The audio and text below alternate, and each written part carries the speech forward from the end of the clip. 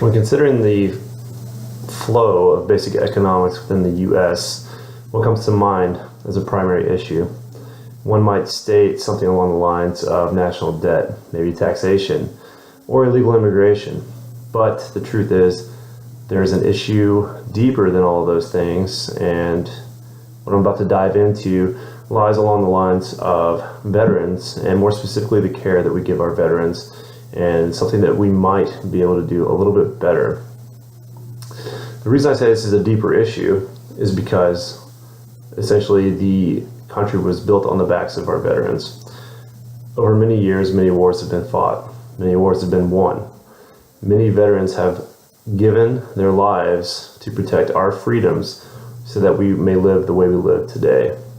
And unfortunately, the same benefits that are bestowed upon the citizens of this country, the rest of the civilian populace, is not necessarily given to these veterans. And this is something very serious. With broken bodies and spirits alike, what do veterans have at their disposal to succeed? Well, the answer, it might honestly surprise you. To me, the answer is not a lot. But in recent years, programs have been developed to assist these veterans in tough times. And the program I want to talk to you about today is the Wounded Warrior Project. The unemployment rate of veterans in 2012 was roughly 10%, and that's approximately 3% above the national average, being 7%. Now, I know I mentioned the Wounded Warrior Project, but just bear with me as I go through these statistics and kind of show you how these guys are working to not only benefit veterans, but make society and the economy a better place. So the skills learned through the military, certifications, etc., things along that line, are numerous. The approximate amount within the Air Force, at least, one specific branch, is somewhere around 140.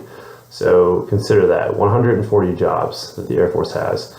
That's 140 jobs that contain, we'll say, even if it's 10 skills per job, that's an astronomical number when you consider the amount of individuals who are qualified to perform a certain duty that we're now brushing aside based on the needs of others, not necessarily that may be important or as important, but these are still important and something we should value as far as giving credit where credit is due.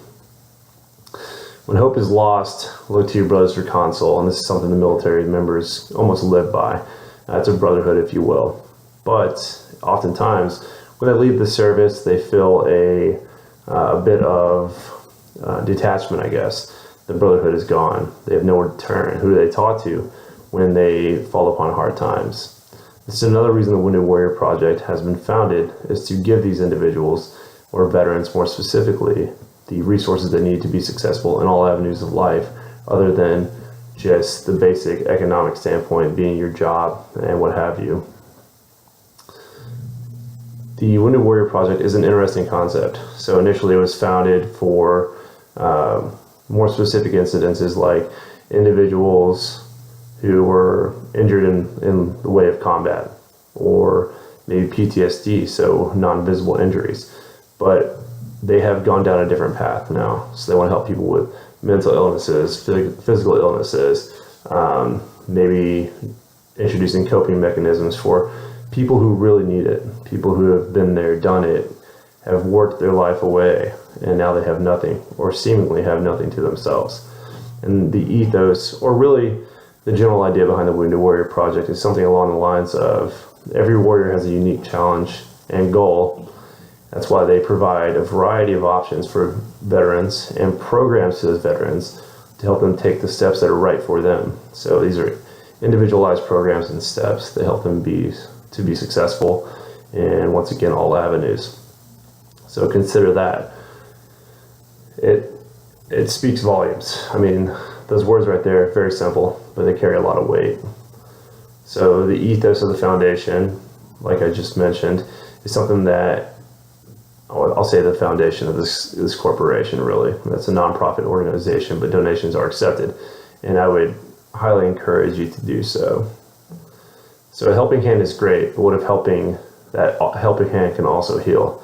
And what I mean is essentially one hand affects the other. So you teach a veteran another skill, you teach them coping mechanisms, they become an instructor. This instructor now in turn is able to provide the same console to another veteran and provide them services to help them get on their feet and so on and so forth. It's an ever evolving system. The suicide rate of veterans, we'll get into that a little bit here. So substantially higher for non-deployed soldiers than deployed soldiers, especially if they've seen combat. So these rates are based on 2009 statistics, so bear with me. These come from the VA organization website. Approximately 317,000 deployed total veterans in the year 2009, I think 2009 to 2012 more specifically. Approximately 1,650 total deaths, with 21% of those deaths being by suicide. Now consider that number. That's pretty ridiculous. It's a high rate. And then 78.7% deaths by other causes. So it's pretty astronomical. I could get into more of the details and more numbers, but I won't do that for the sake of time. Unemployment rates, they are substantially lower now than they used to be. We can attribute that partially to these kinds of programs, such as the Wounded Warrior program, because they actually individualize, like I said, the programs, identify the skill set of an individual, and make them more marketable in regular society. So in 2018, the unemployment rate was approximately 4.1%. This comes from the Wounded Warrior program website.